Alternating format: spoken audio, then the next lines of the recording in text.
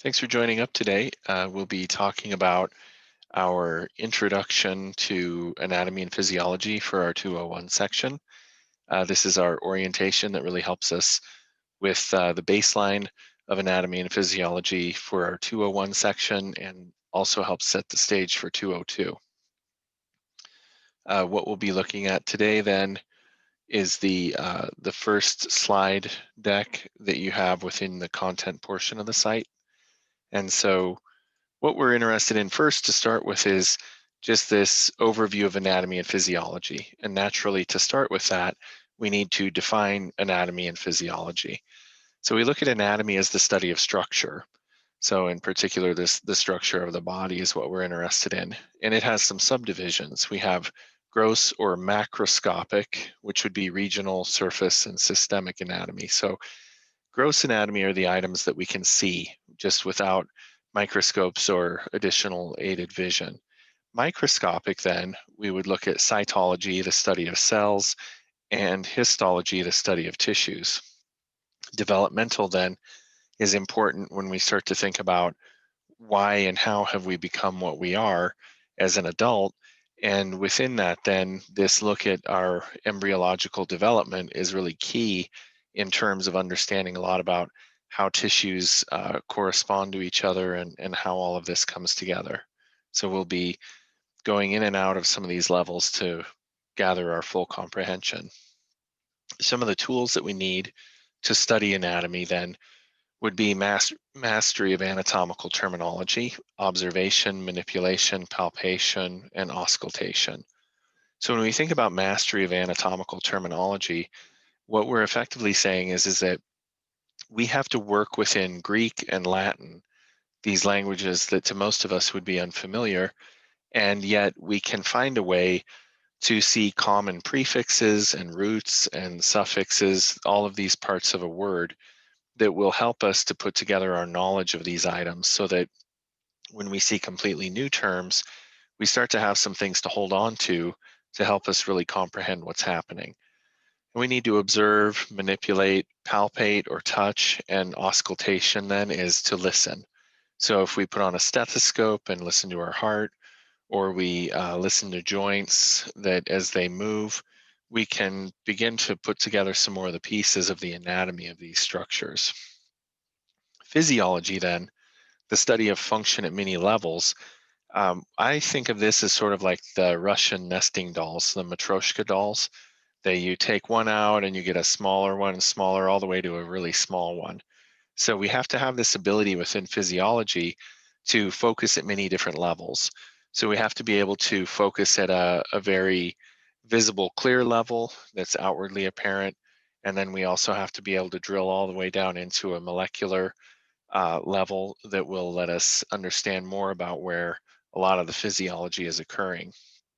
We also will dip into some physics because we need to look at a lot of physical properties that occur within electrical currents, atmospheric pressure, pressure in general, and movement, as well as some basic chemical principles. So as we try to explain these components of physiology, we naturally have to work with the physics of physiology as well as the chemical components to understand what's happening in our bodies. This idea that anatomy and physiology are inseparable, and this is a principle of complementarity, that anatomy and physiology complement each other. We really can't study one without the other. So in some schools that do break apart anatomy and physiology each into their own semester, that's one method of studying the content. Some medical schools will break the content up into systemic discussion or functional discussion. And the way that we'll be taking a look at it is with both of these items together. So as we combine anatomy and physiology, it just is helpful to discuss them in the same way. So the levels of structural organization are likely things that you've seen since high school or maybe even in Bio 111. So we start at the chemical level. We have atoms and molecules that then combine to form our cells, and our cells come together to form tissues. Our tissues come together to form organs. our organs form organ systems that then in their entirety form an organism. So this idea that we have to be able to go in and out of these systems or of these structural components to understand both the anatomy and the physiology. And a lot of the physiology that we'll be taking a look at is happening in between that chemical and tissue level to then have more broad reaching effects on the rest of the body. Some of the organ systems that we'll take a look at in 201, we'll start off with the integumentary system that will be handled in a homework that you'll have. And so you won't have any integumentary system content that will show up on the exam. So this really important organ system that is effectively the largest organ of the body, our skin, our integument, including the nails and hair. And so this is a very um, protective layer for us of the body. Within that, it's one of the four tissue types that we see. Most of the cells that make it up are epithelial cells. And we'll see these epithelial cells show up again as we look at other systems as well. Also in 201, we'll study the skeletal system. So you'll get really familiar with all of the bones of the skeleton, the makeup and composition of these structures. And as you learn the names of the skeletal system, that will naturally give you a leg up into understanding the muscular system. So the muscular system will be in 201 as well. And we'll study these muscles and the function of muscle. The physiology of muscle is really exciting and great content within this. And then naturally, we'll finish the course with the nervous system for how all of these items connect and are communicated with internally. If you go on to 202, you'll start Anatomy and Physiology 202 with the endocrine system.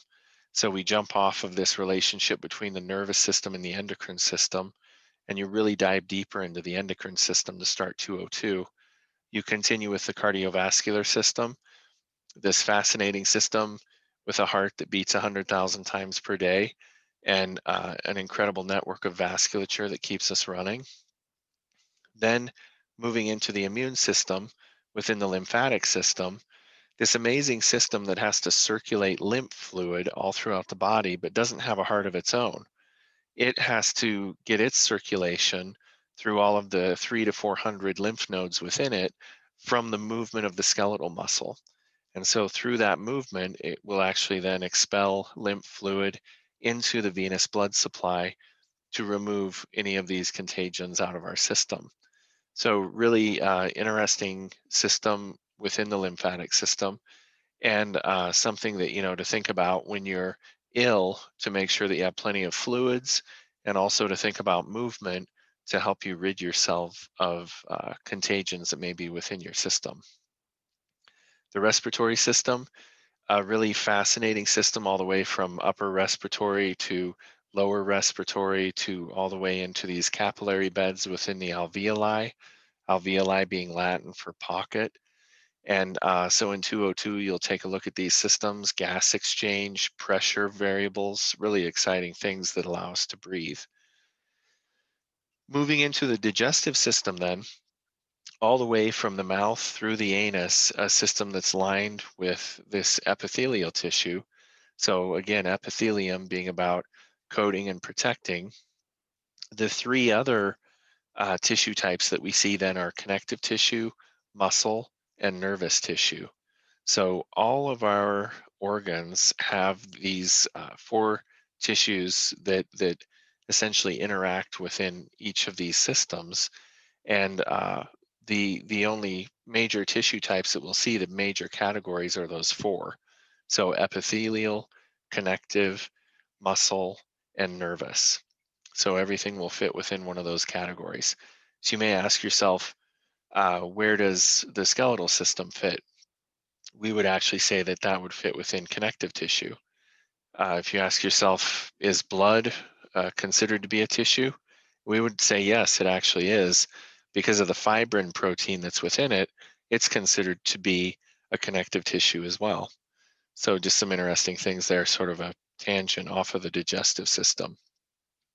Continuing in the systems then, the urinary system helping us rid ourselves of waste and also regulate our blood pressure. A lot of key components within this system that help us keep running. And then finishing 202 with the male and female reproductive systems for how we propagate our species. Within this then, you would naturally say that organ systems have interrelationships. So all cells depend upon our organ systems to meet their survival needs. And organ systems have to work cooperatively to perform necessary life functions.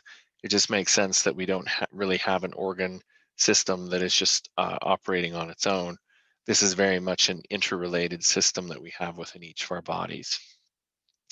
So as we bring in food and we put out feces, this idea again that all the way from the mouth to the anus, if we were effectively to put in a scope in the mouth and the anus, if they were long enough, they could meet each other in between.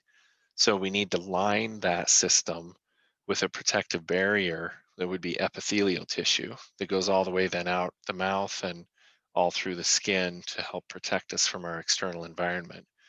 We're transmitting components into our blood, and we're taking oxygen in and putting waste product of CO2 out through our respiration, getting rid of wastes as well through our urine. And so a lot of interrelationship, a lot of organ systems working together and having to work together correctly so that we stay in balance. Within this, then, we would say that there are certain functions that are necessary to life. And so we'll take a look at these 8 different functions that are necessary to life and start with that idea of maintaining boundaries. So we have to make sure that in this ever-changing external environment that we live in, that we maintain boundaries to that. So skin is a big one, and then all the way down to each of our individual cells that we have, the cell membranes, the plasma membranes that are in each of those cells is yet another boundary that helps keep us safe from anything that's outside of us. Our movement through space is a key facet of life. So we have to move our skeletal our skeletal system with our muscles, so with skeletal muscle.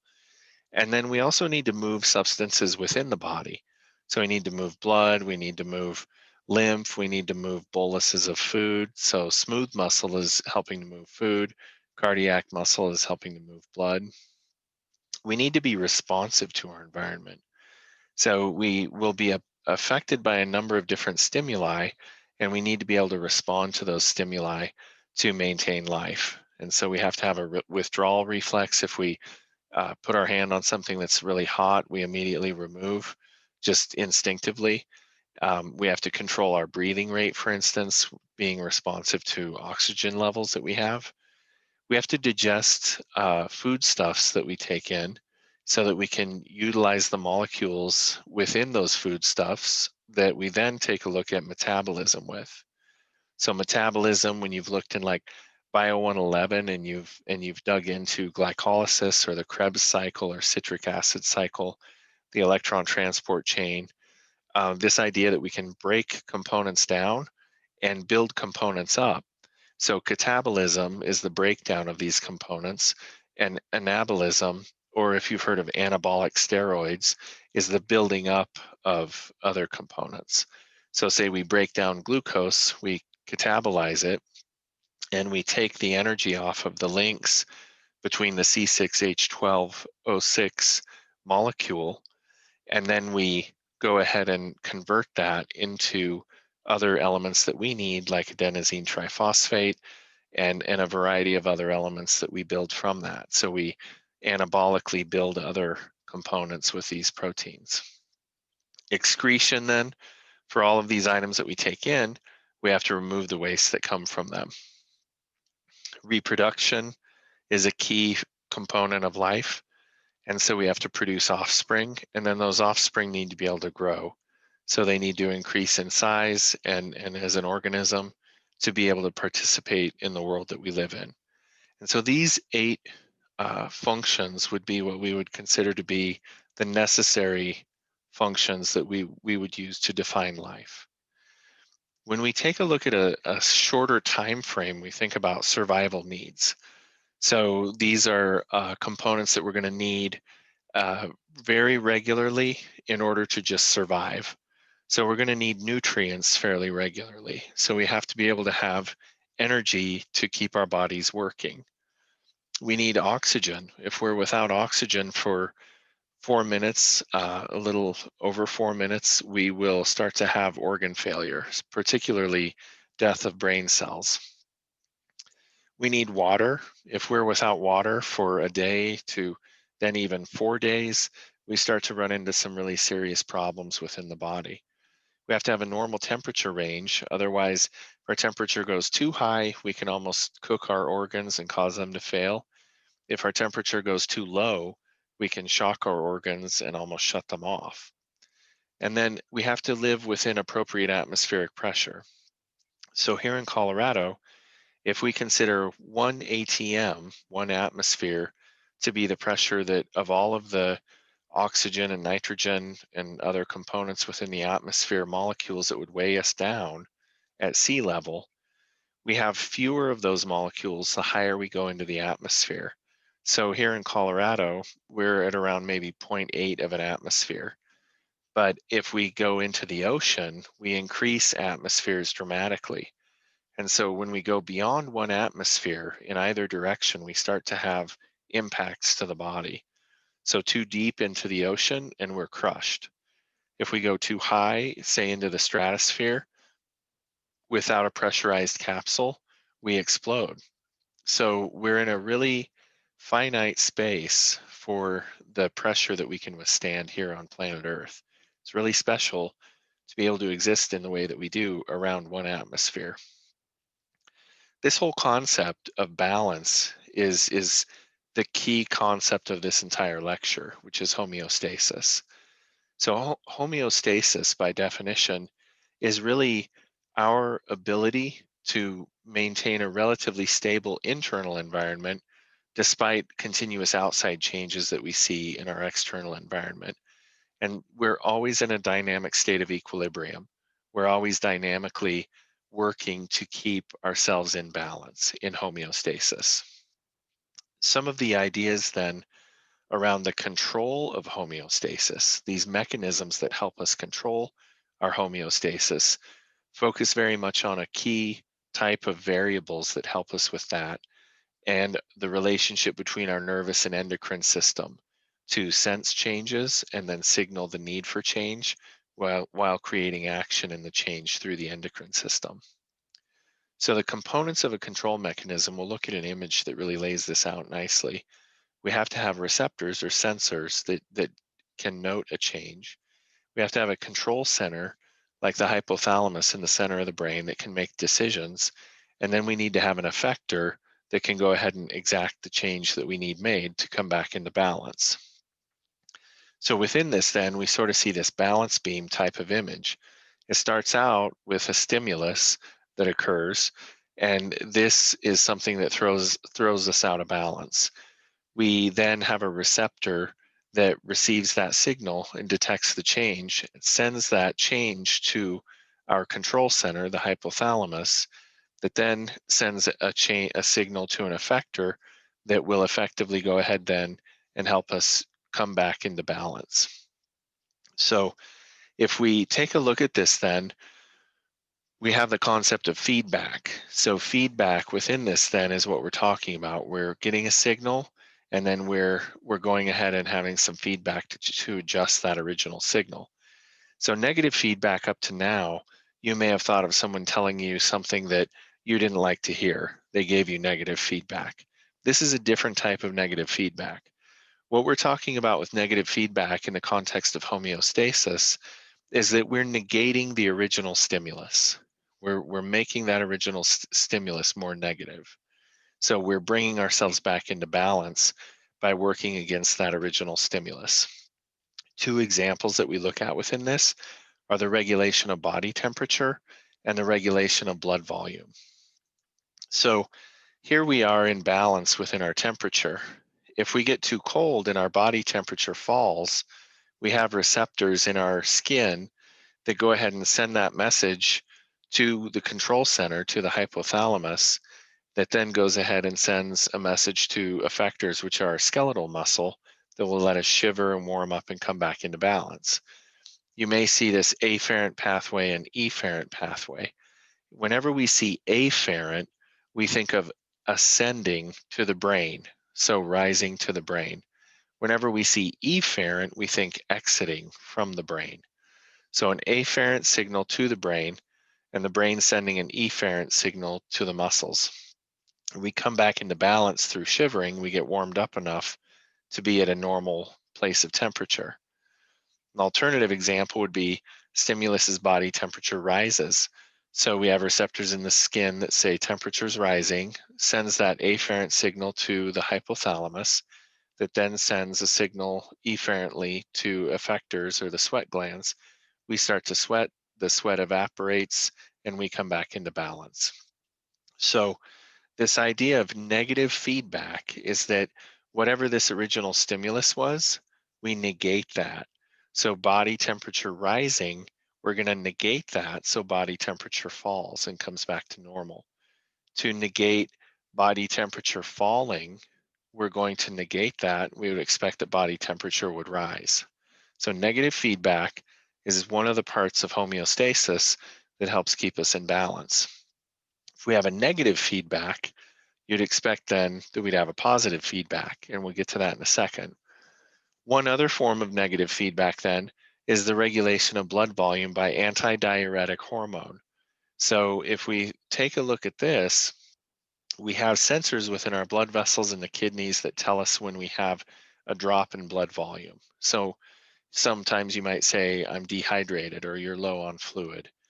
This is sensed and sent to the hypothalamus, where then the hypothalamus advises the pituitary gland, really small gland that hangs off of the center of the hypothalamus, to go ahead and release antidiuretic hormone. This antidiuretic hormone then causes the kidneys to return more water to the blood than they release. And so if you think of diuresis as the release of fluid from the kidneys, antidiuretic hormone or antidiuresis is keeping more water into our bloodstream. So along those lines, a lot of times you'd see more concentrated urine in this situation, and you would know that when your urine was darker, more orange, or a brighter yellow, that you need to take in more fluid. And so this is your body's way of trying to keep the balance, and it shows up in the color of your urine as well. So negating that change in blood volume, changing us back to balance. Positive feedback then is a situation where we take that original stimulus and we enhance it. So it's a lot more infrequent than negative feedback. These are events like the labor contractions that birth a baby, or for instance, platelet plug formation for blood clotting.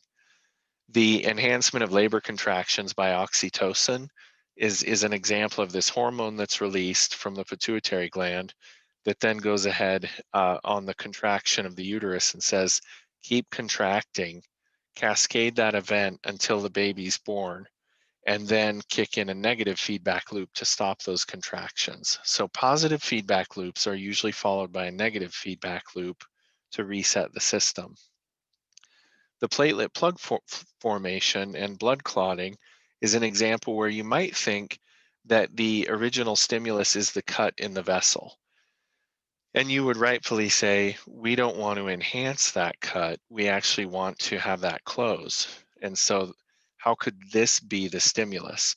The cut is not the stimulus that we're going to make more positive. Actually, what happens is when our tissues are cut, they release chemicals into the surrounding area that attract platelets. The platelets then release chemicals that attract other platelets.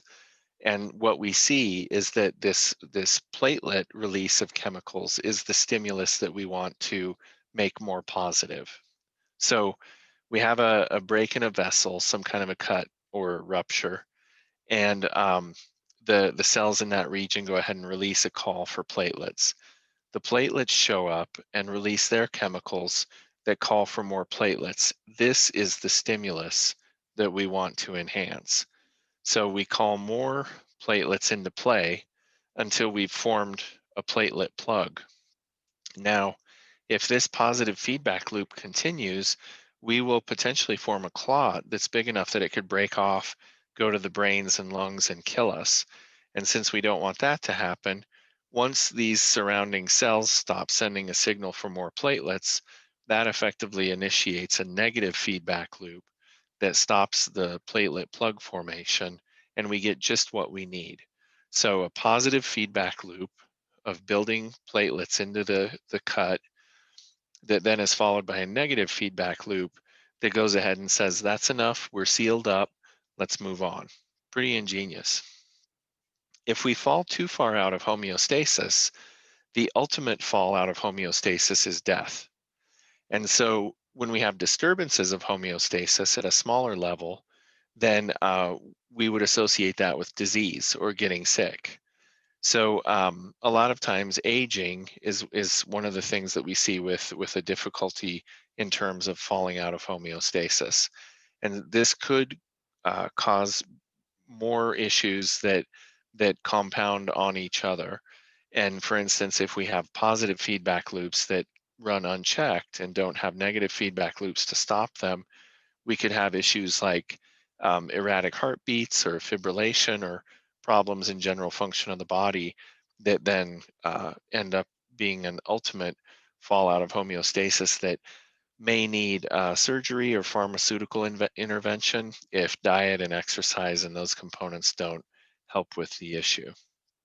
So, a major component out of lecture one is the concept of homeostatic imbalance, and within that, you'll just want to make sure that you're comfortable with those concepts of negative and positive feedback, and some of those examples that were shown as well.